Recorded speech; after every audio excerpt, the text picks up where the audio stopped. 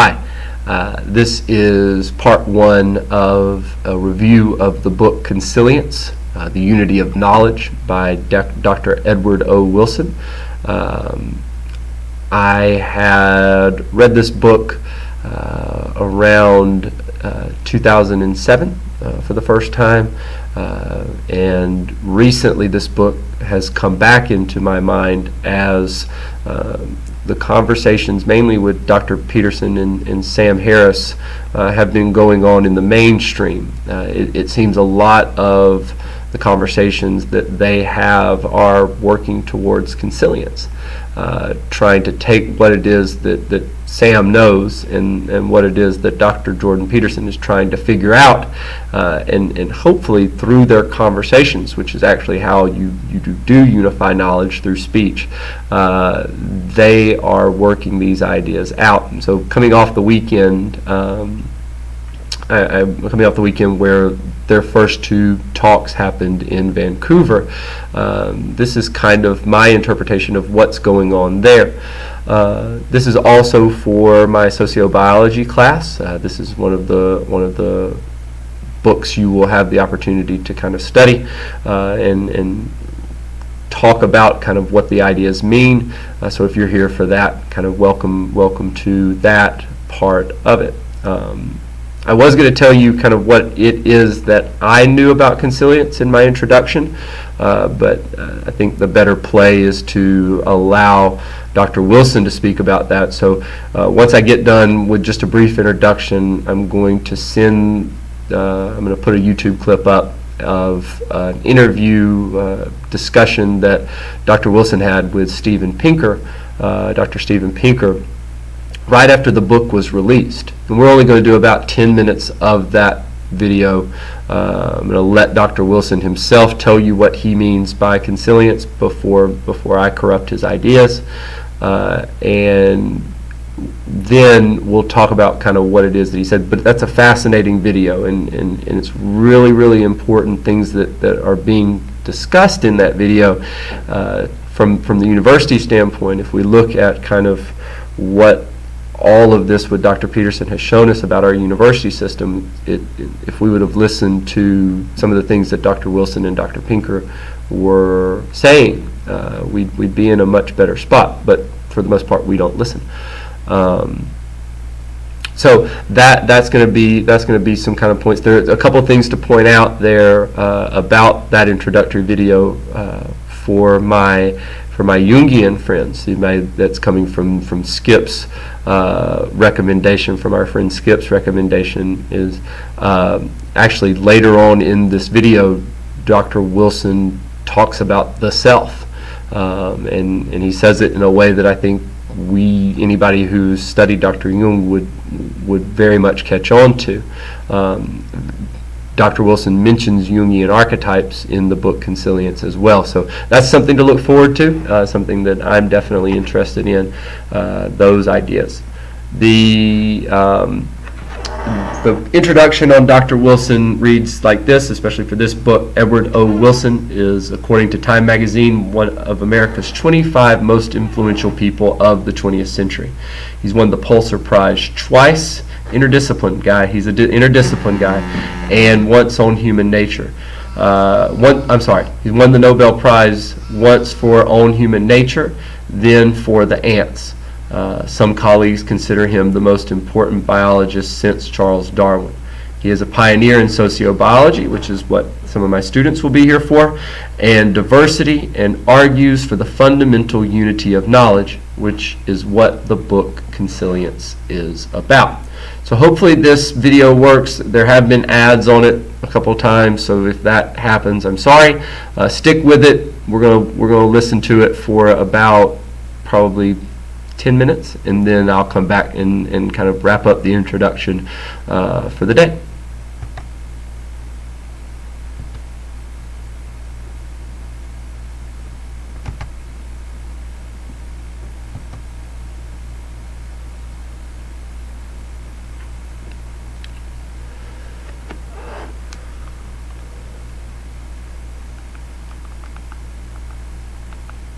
So the job of the writer is not to supply the ideas, it is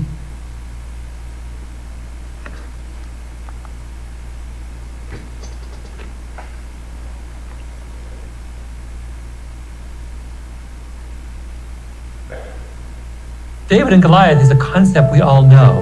An arrogant big dude who thinks he's fighting a sword fight, and David changed the rules. But then I stumbled across this paper that had been written by an Israeli endocrinologist who had suggested Goliath has this really rare medical condition which causes you to lose your eyesight. Why do giants lose? Because they can't see. They're so big and strong and powerful, they lose the ability to kind of properly appreciate the world around them. It's not just a story about David's courage and greatness. It's a story about Goliath's blindness. You can find gold in the smallest of details if you're willing to be patient. We're going to talk about suspense, structure, research, humility, characters, puzzles, and semicolons. One of the mistakes I think writers make is they spend a lot of time thinking about how to start their stories and not a lot of time thinking about how to end them. Knowing my ending makes the beginning super easy, right? It's totally clear what I have to do and totally clear what I shouldn't do. Your first goal is to be clear and simple, to write at an 8th grade level, but with ideas that are super sophisticated. All good nonfiction writing is about going out and finding someone else and inhabiting their world and representing it to readers. It is giving us a window into other people's hearts and souls and minds. I'm Malcolm Gladwell, and this is my masterclass.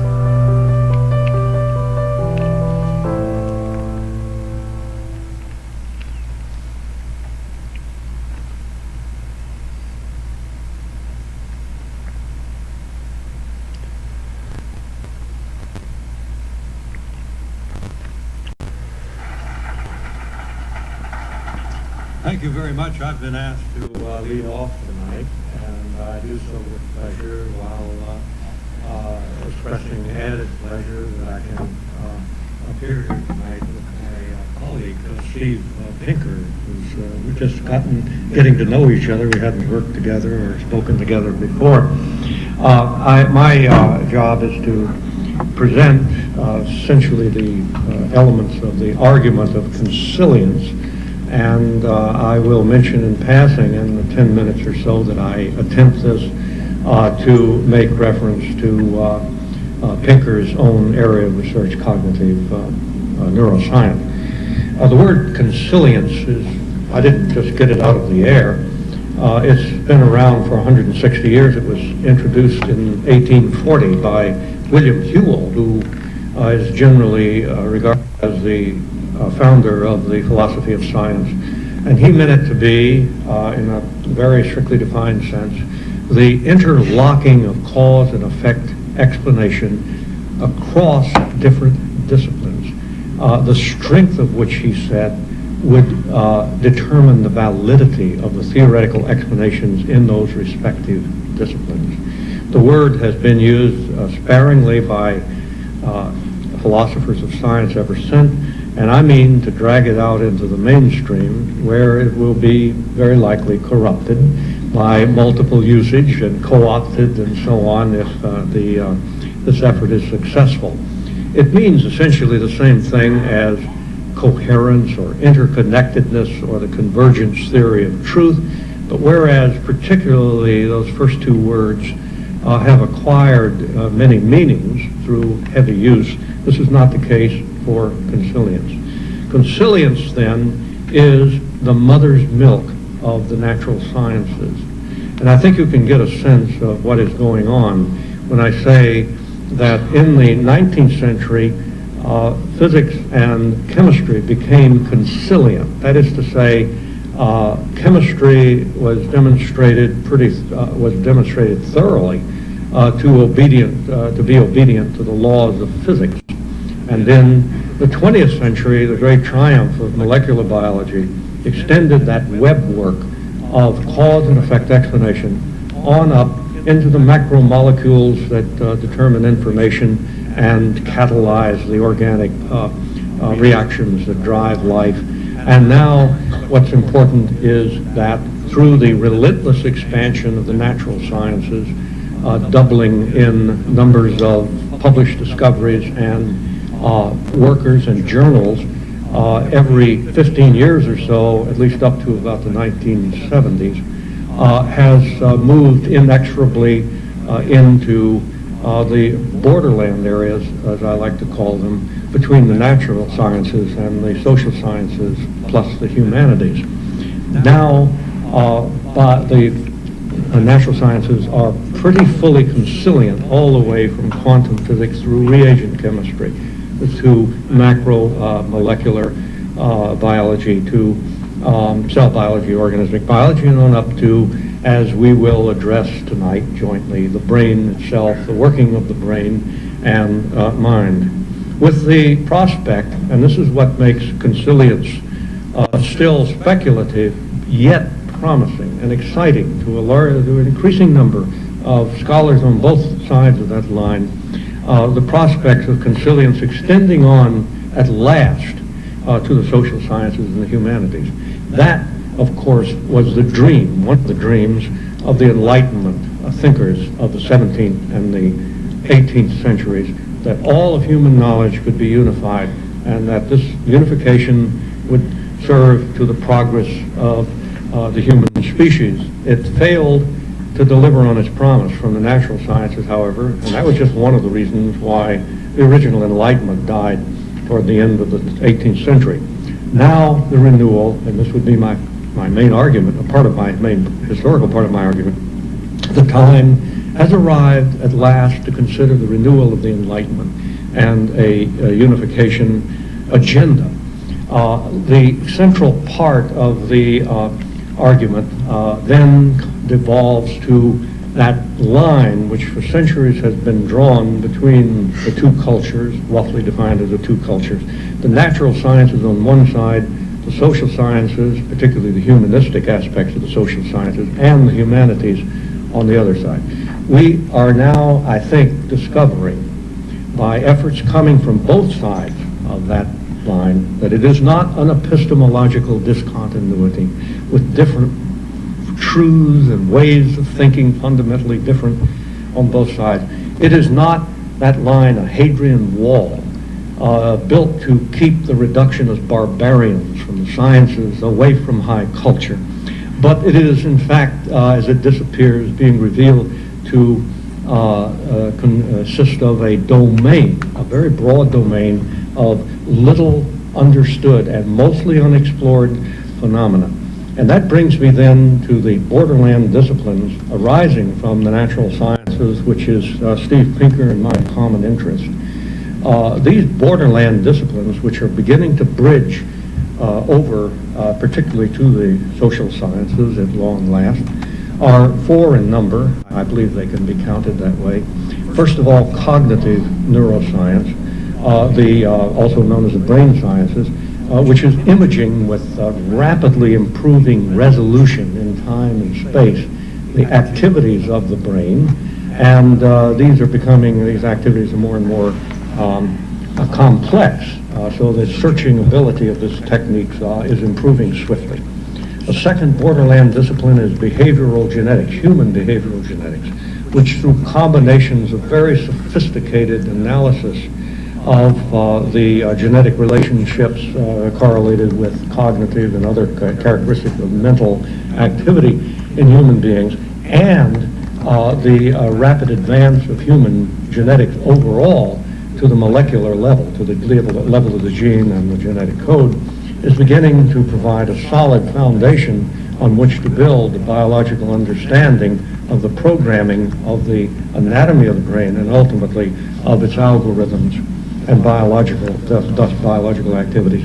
A third borderland discipline is evolutionary biology, the attempts to trace the history of the human species, and now especially the origins of the mind in terms of the survival and reproductive value it gives, the Darwinian fitness.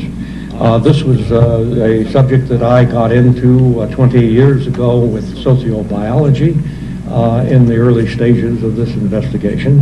Sociobiology is now also known as evolutionary psychology, and it's lost a lot of its sting.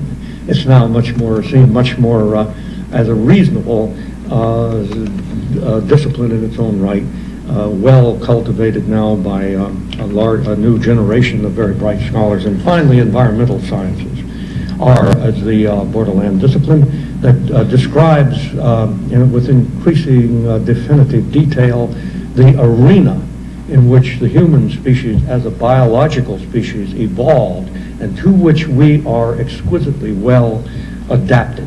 So environmentalism is a way of thinking as well as a discipline that benefits from the naturalistic approach, the materialist approach, foretold by the extension of the natural sciences into that borderland area. And not to neglect the contributions of the social sciences, similar haustoria, the development, extensions are occurring from the social sciences through fields like cognitive psychology and biological anthropology, and they are beginning to meet and interconnect conciliantly with the natural sciences. The key to understanding what is happening and why it is important is, in my judgment, that this approach is allowing us at long last to provide a precise and operational definition of human nature. And I will offer it now. So I'll cut him off before he offers his definition of human nature. I think things are like that will be revealed if we stay through. If you stay through the text, we'll get into how Dr. Wilson defines human nature. I'll also leave the link in the video so you can go listen to it. And there's a lot to listen to in that video. So it seems like his reasoning, and I don't want to speak for Dr. Wilson, but he said, what at long last consilience in these borderland disciplines, and in disciplines, or as consilience comes together in some of these fields, we're going to have the ability to define human nature, which is an ultimate goal of our species. We've always had to define something to be able to understand it. I mean, you have to be able to give something a name to understand it, to be able to grasp the concept, and it's after all of these years, it seems like that's something we still struggle with. I'm definitely trying to corrupt the idea of consilience, and I don't mean corrupt in a bad way necessarily, but I am trying to use this idea or this thought for my own drives, because it seems to me this is a better way of thinking, where a lot of the current thinking about ideas and thinking comes in by reducing humanity to X. I think what happens because of reductionist thinking, because of reductionist scientific thinking, if that is the only thing that we are doing, I think that may be something that drives us towards this tribal nature that we're seeing, or this identity push that we're seeing, rather than unifying ourselves with the knowledge that we have to move us forward. We'll talk a lot more about that in some of my thoughts on education as those come out. But this idea of interlocking of cause and effect explanations across different disciplines, Dr. Wilson says, is the kind of the original idea of the Enlightenment thinkers, that there is an objective truth to who we are as humans, and to an objective truth to why we are here, which is kind of those are kind of from a philosophical standpoint what we've always been doing. I thought it very interesting that he used the term the mother's milk of the natural science. It gives life. Now, he's making a distinction there between what he calls the reductionist barbarians who continue to break down. when you are breaking something down consistently to its smallest piece, you are then open to multiple levels of interpretation from that smaller piece as you start to build those reduced items back up. Consilience, on the other hand, takes all of those pieces, brings them together, and allows the idea to move forward, and in his opinion makes it a much better life-giving thought. Of course, it's a speculative idea. Early in the book, Dr. Wilson's even going to refer to it as metaphysical, and that's an interesting thing coming from my standpoint, being a person from a very fundamentalist background. Is that idea of metaphysical, this being a metaphysical idea, is something that's pretty intriguing to me, because I have an understanding of what that might mean. His hope in all of this is to kind of restart the Enlightenment, and I think that's a lofty goal. I think that's a goal that some people really don't want to see, but it's something from a learning standpoint.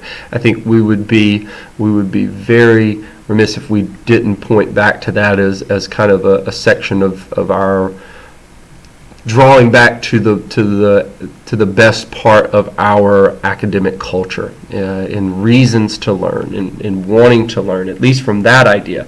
And Dr. Wilson feels like consilience, or thinks consilience is the best way to do that. In a lot of ways, it's back to this idea of Darwinian versus Newtonian presuppositions.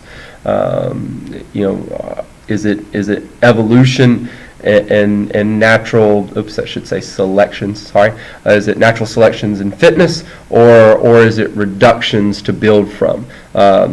If you want to look at a new good video about that, if you wanted to look at a video about that, Dr. Peterson at the Oxford Union really kind of lays that out, and this idea of why a Darwinian viewpoint on our current understanding of the human condition is potentially better than or the way it can be used, why that continuously moves us forward.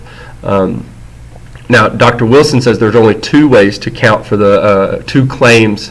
Dr. Wilson claims there are only two ways to account for the human condition. Number one is natural sciences, which have been operating for over 4 centuries, working to give us an understanding of the material world, and then there are all other ways.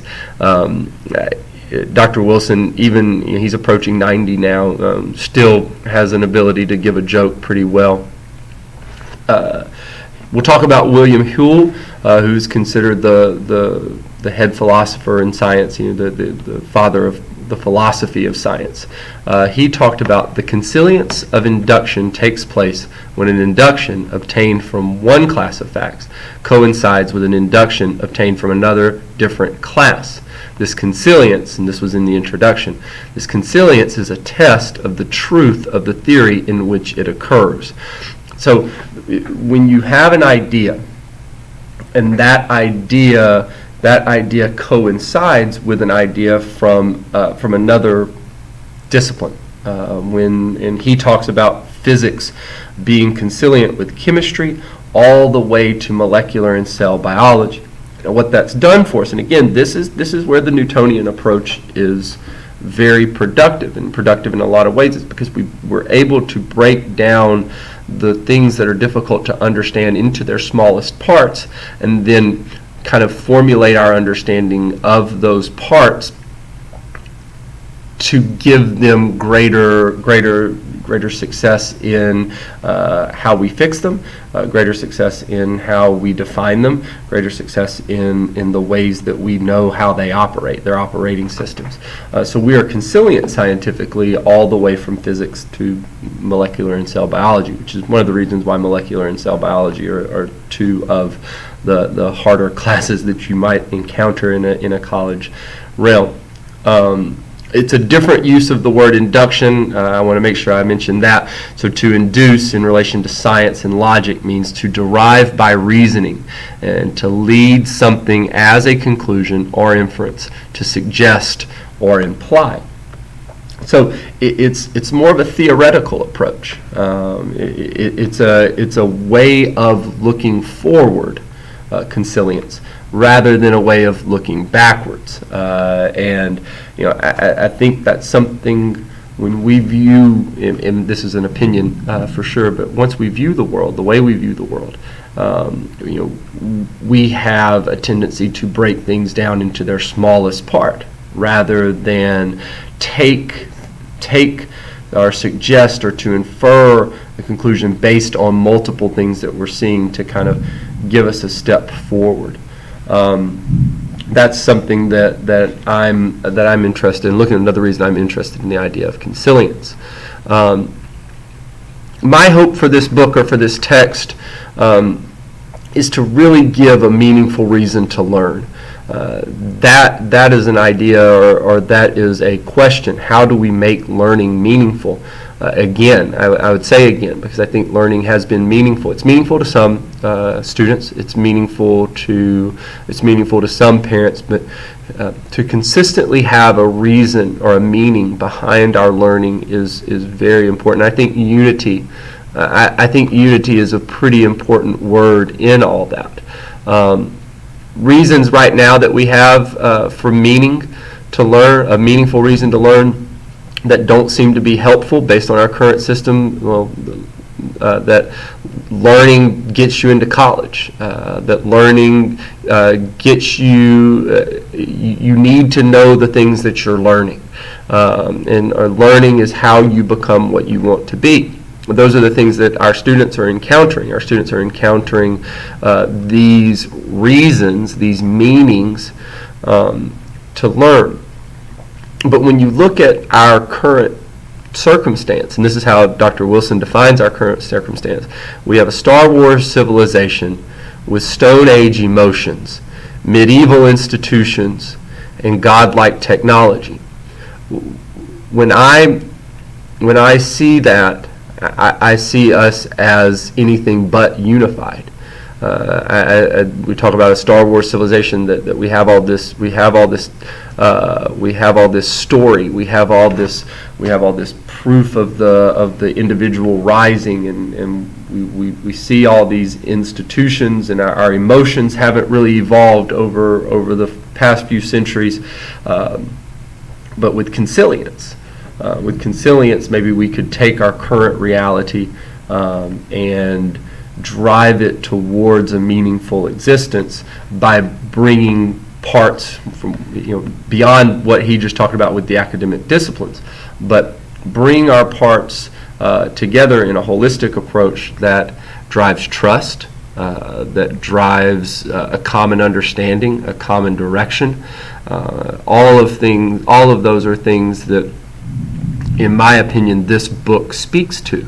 And because it speaks to those, because those truths come from multiple disciplines, again, Dr. Wilson would say, and Consilience would say, that makes the truth of the theory, that gives the truth of the theory more depth.